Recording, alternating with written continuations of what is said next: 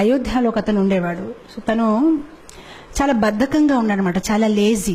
So ఎల్లప్పుడు తను భోజనం తినాలి, పడుకోవాలి, పని ఏం చేసేవాడు కాదు. సో మొత్తం మీద ఆ ఇంట్లో ఉన్న వాళ్ళందరికీ విసుకొచ్చేసి, బాబు నువ్వు ఏదైనా ఆశ్రమం జాయిన్ అయిపో, ఎలాగో ఇంట్లో ఏం పని చేయట్లేదు, మాకు నీతో బెజార్ వచ్చేసింది. సో మొత్తం మీద తను అనుకున్నాడు, సరే అయితే నేను ఏదో ఒక ఆశ్రమం జాయిన్ అయిపోతాను ఎందుకు అని.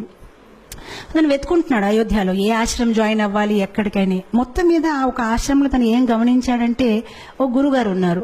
ఆ గురుగారు చాలా లావుగా ఉన్నారనమాట. తను అనుకున్నాడు, ఈ గురుగారు బాగున్నారు, లావుగా ఉన్నారు, బహుశా ఈ ఆశ్రమంలో మంచి భోజనం పెడుతున్నారు, ఇక్కడ జాయిన్ అయిపోతే బాగుంది.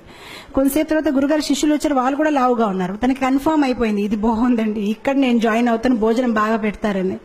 వెళ్ళాడు గురుగారి దగ్గర, నేను మీ ఆశ్రమాన్ని జాయిన్ అవుతాను, కానీ నాకు ఒకటే, భోజనం ఎన్నిసారి పెడతారు? సో గురుగారు అన్నారు 2 times. 2 times నాకు సరిపోతుంది, నాకు 3 times కావాలంటే గురుగారు అన్నారు, పొద్దున ఇస్తారు కదా, అదే నువ్వు మధ్యాహ్నంకు ఉంచు, ఏం ప్రాబ్లం లేదు.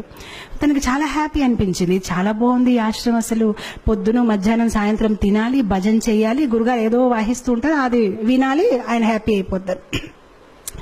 15 రోజులు గడిచిపోయింది, చాలా ఆనందంగా ఉంటున్నాడు. 15 రోజుల తర్వాత ఒకరోజు పొద్దున ఏం చూశాడంటే, వంట ఏం అవ్వట్లేదు, అక్కడ ఏం జరగట్లేదు, వంట గదిలో ఎవరు లేరు, అందరూ ఏదో జపం చేస్తున్నారు. సో తన అడుగుతున్నాడు అందరికీ, ఏంటండి ఈరోజు ఏం వంట చెయ్యరండి? సో అప్పుడు వాళ్ళు చాలా కోపంతోనే, అవే ఈరోజు ఏకాదశి. ఏకాదశియా అంటే నాకెవరు చెప్పలేడండి, ఏకాదశి అంటే ఏంటి తెలియదా, ఏకాదశి అంటే ఈరోజు భోజనం ఉండదు అని. అప్పుడు తను చాలా కోపం అయిపోయాయి, ముందు చెప్పవలసింది అలాంటి భోజనం, నేను ఇంకేదో ఆశ్రమం చూసుకుంటా. బాబు నువ్వు ఏ ఆశ్రమం వెళ్ళినా ఏకాదశి రోజు తినకూడదు. అప్పుడు తిన్నంగా ఆయన గురుగారి దగ్గరికి వెళ్ళిపోయారు. గురుగారు నన్ను కాపాడండి, నేను ఏకాదశి అయితే చేయలేను, ఒకవేళ నా చేత ఏకాదశి చేయించారనుకోండి, నేను ద్వాదశి చూడలేను, నేను పోతాను, నాకు ప్రసాదం అయితే కావాలి, ఇంకే పని చేయమంటే చేస్తాను, కానీ భోజనం లేకుంటే నేను ఉండలేనని. సో గురుగారు అన్నారు, బాబు నీ గురించి అయితే ప్రత్యేకంగా వంట చేయడం అవ్వదు, అయితే ఒక పని చేసుకో, అటు చూడ కొండ ఉంది కదా, కొండ పక్కన చెరువు ఉంది కదా, అక్కడికి వెళ్ళి నువ్వు వంట చేసుకొని నువ్వు తిను, కావాలంటే మేము సౌకర్యాలు ఇస్తాము. సో గురుగారు స్టోర్ మేనేజర్ చెప్పారు, తనకు 1 kg ఆట, 1 kg రైస్, 1 kg దాలు అన్ని ఇచ్చేయని. తను అన్ని తీసుకుని వెళ్తున్నారు. గురుగారు అన్నారు, ఒకటి మాత్రం జాగ్రత్త, నువ్వు ఏది వంట చేసినా భగవంతుడికి నైవేద్యం పెట్టాలి. సరే అంటాడు, వెళ్తాడు, కష్టపడతాడు. తనకి బద్ధకం ఎక్కువ కదా, ఎప్పుడు వంట చేయలేదు, చాలా కష్టపడి వంట తయారు చేస్తాడు, కానీ అంత టేస్ట్గా లేదు, ఏ చపాతీలు కాలిపోయే ఏదోటి అవుతుందన్నమాట. మొత్తం మీద వంట తయారైపోయింది. సో వంట తయారైనప్పటికీ తులసి ఆకులు వెతుకున్నాడు, తులసి ఆకు పెట్టాడు, భగవంతుడికి పిలుస్తున్నాడు, కానీ భగవంతుడు రావట్లేదు. సో అప్పుడు తను చక్కగా ఒక పాట పాడతాడనమాట. సో చెప్తాడు, प्रभु राम आइए, राजा राम आइए, मेरे भोजन को भोग लगाइए। प्रभु राम आइए, राजा राम आइए, मेरे भोजन को भोग लगाइए. చాలా ప్రేమతో పాడుతున్నా, రాజారాం ప్రభురాం రండి, నేను భోజనం తయారు చేశాను, మీరు వచ్చి స్వీకరించండి. భగవంతుడు రావట్లేదు. తను ఆలోచించాడు, ఎందుకు రావట్లేదు అంటే, తనకేమనిపిస్తుందంటే భగవంతుడు స్వయంగా వస్తాడు. ఇప్పుడు మనకైతే అర్థమైపోయింది, మనం ఏదో యాంత్రికంగా పెడతాము, కానీ భగవంతుడు స్వయంగా వచ్చి తీసుకోవడం అనేది లేదు. కానీ తను చాలా అమాయకుడు, తను అనుకుంటాడు నిజంగా స్వామి వస్తారేమో, స్వీకరిస్తారేమో అని తను వెయిట్ చేస్తున్నారు, కానీ భగవంతుడు రావట్లేదు. అప్పుడు తను ఆలోచిస్తానమాట, తనకు ఒక ఐడియా వస్తుంది, ఓహో ఎందుకు భగవంతుడు రావట్లేదంటే, గుడిలో అయితే రాజభోగం, పకోడీలు, పూరీలు, పాయసము అన్ని తయారు చేస్తారు, నేనేదో సింపుల్ గా రైస్ దాల్ తయారు చేస్తాను, అందుకోసం రావట్లేదేమో అని. సో అప్పుడు తను భగవంతుడికి వాదిస్తారనమాట. తను భగవంతుడితో అంటారు, భూల్ కరోగే యది తజ్ దోగే భోజన్ రూఖా సూఖా, एकादशी आज मंदिर में है, बैठे रहोगे भूखे, राजा राम आइए, प्रभु राम आइए, मेरे भोजन को भोग धराइए. సో తను అంటాడు, బహుశా మీరు అనుకుంటున్నారు ఇతని దగ్గర ఎందుకు వెళ్ళాలి, నేను చక్కగా గుడికి వెళ్ళి అక్కడ పూరీలు పకోడాలు తింటాను, కానీ తప్పు చేస్తున్నారు, గుడిలో ఏకాదశి ఉంది, ఆకలిగా కూర్చుంటారు, ఏమీ దొరకదు, కనీసం నేను ఎంతో కొంత పెడుతున్నాను, వచ్చి తీసుకోండి, అది కూడా మిగలదు అని. ఎప్పుడైతే ఇలా పాడడం మొదలు పెట్టారు భగవంతుడు నవ్వు వస్తుంది. సో భగవంతుడు సీతామాతతో అన్నారు, సరే రా తినేసి వద్దామని. సో సీతామాతని తీసుకుని భగవంతుడు వెళ్తారనమాట అక్కడ నైవేద్యం తీసుకోవడానికి. ఎప్పుడైతే భగవంతుడు వస్తారో తను భగవంతుని చూసి ఆనందించడు. తను సీతామాత వైపు చూసి ప్రసాదం వైపు చూస్తాడు, సీతామాత వైపు చూసి ప్రసాదం వైపు చూస్తాడు. తను ఆలోచిస్తాడు, నేను ఒక్కరిని పిలిస్తే ఇద్దరు వచ్చేసారేంటి. సో ప్రసాదం వైపు సీతామాత, ప్రసాదం అప్పుడు శ్రీరాముడు అడుగుతారనమాట, నీకు ఆనందంగా లేదు? ఆనందంగానే ఉందండి, రండి కూర్చోండి అంటాడనమాట. మనసులో ఆలోచిస్తారనమాట, ఒక్కరిని పిలిస్తే ఇద్దరు వచ్చారు, సరిపోదేమో భోజనము, నాకు వీళ్ళు ఏకాదశి చేపించే ఉంటారేమో ఈరోజు అని. సో మొత్తం మీద భోజనం పెడతారు, వాళ్ళిద్దరు తింటారు, హ్యాపీగా వెళ్ళిపోతారు, తిని ఏకాదశి చేసుకుంటారు. ఎందుకంటే ఇంకేం మిగిలేదు. ఇంకో 15 రోజులు గడిచిపోతాయి, మళ్ళీ ఏకాదశి వస్తుంది. ఈసారి తన గురుగారికి చెప్తాడనమాట, గురుగారు 1 కేజీ ఆట సరిపోవట్లేదు, 2 భగవాన్లు వస్తున్నారు, మీరు 1 భగవాన్ 2 వస్తున్నారు, ఇంకా కొంచెం ఇవ్వండి. గురుగారు అనుకుంటారు, తిని కొంచెం లావుగా ఉన్నాడు కదా, భోజనం ఎక్కువ కావాలి, ఏం మాట్లాడుతున్నారు ఏంటో, సరే తీసుకువెళ్ళి ఇంకా కొంచెం ఆట, ఇంకా కొంచెం దాల్ అంటారు. ఈసారి తీసుకువెళ్తాడు, చక్కగా వంట చేస్తాడు, తులసి ఆకులు పెడతాడు, మళ్ళీ స్టార్ట్ చేస్తాడు. ఈసారి భజన్ మార్చేస్తాడు, రాజా రామాయియే సీతారామాయియే మేరే భోజన్ కో భోగ ధరాయియే. ఈసారి ఇద్దరిని పిలిచాడు, రాజారామ రండి, సీతారామ రండి. భగవంతుడు ప్రత్యక్షం అయిపోతారు. కానీ ఈసారి లక్ష్మణ్ని తీసుకొస్తారు.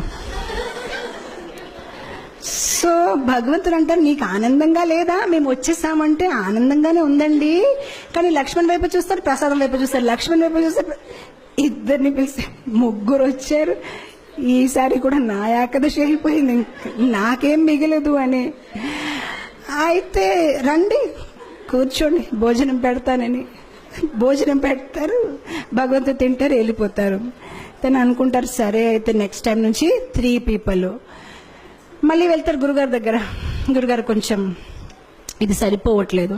సరే గురుగారు ఒప్పుకుంటారు, సరే ఇవ్వండి, మేబీ సాయంత్రం పూట మళ్ళీ తింటాడేమో అని. ఈసారి మళ్ళీ పాటలు పాడడం, ఏకాదశి రోజు వెళ్ళాడు, వంట చేశాడు, తులసి పెట్టాడు. రాజా రామాయియే సీతారామాయియే లక్ష్మణ్ సాథ్ లాయియే మేరే భోజన్ కో భోగ్ ధరాయియే. వచ్చేస్తారు సీతారాం, లక్ష్మణ్ అండ్ హనుమాన్.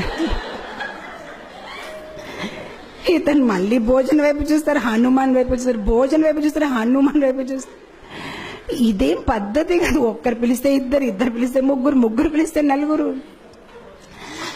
శ్రీరాముడు మళ్ళీ అడుగుతారు, నీకు సంతోషంగా లేదు? చాలా సంతోషంగా ఉంది, రండి కూర్చోండి అంటాడు, భోజనం పెడతారు. ఈసారి ఎప్పుడైతే సీతారాం ప్రసాదం అన్ని తినేసి వెళ్ళిపోతున్నారు, అప్పుడు తను అడుగుతాడు, ఏమంటే ఏం అనుకోకపోతే నెక్స్ట్ టైం ఎంతమంది వస్తారండి?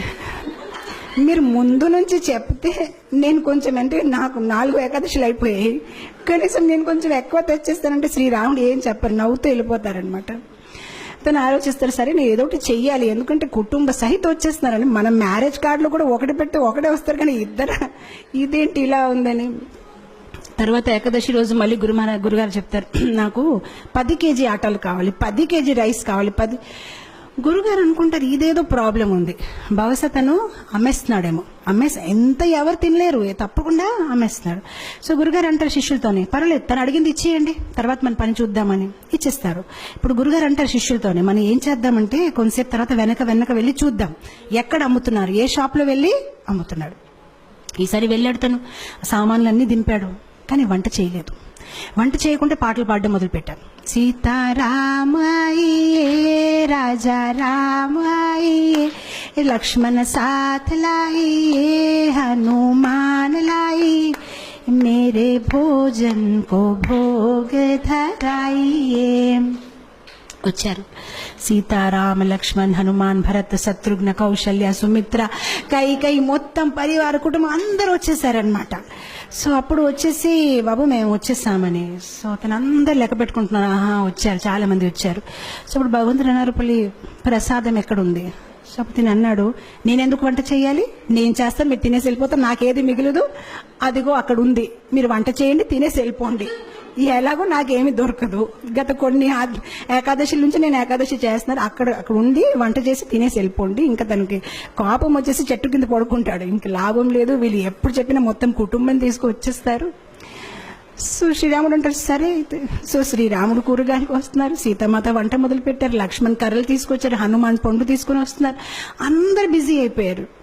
నేను ఎప్పుడైతే సీతామాత ఇలా వంట చేస్తున్నారు, దేవతలందరూ కూడా కింద దిగిపోయారు, ఆ ఋషులు మునీలు అందరూ చాలా హడావిడిగా అయిపోయింది. అక్కడ వంటలు అవుతున్నాయి అనమాట, ఎంతో మందికి వాళ్ళు కుకింగ్ చేస్తున్నారనమాట. అండ్ అదే సమయంలో అక్కడ గురుగారు వచ్చారు శిష్యులతోని, అంటే చూద్దాం ఇతను ఏం చేస్తారని. కానీ గురుగారికి ఏమీ కనిపించట్లేదు. ఆయనకి ఎలా కనిపించిందంటే చెట్టు కింద ఇతను పడుకొని ఉన్నాడు, ఆ సామాన్లు అక్కడ పడేస్తున్నాయి. సో అప్పుడు గురుగారు తను లేపి చెప్తున్నారు, నువ్వు చెయ్యవా వంట, ఏం చేస్తున్నావని.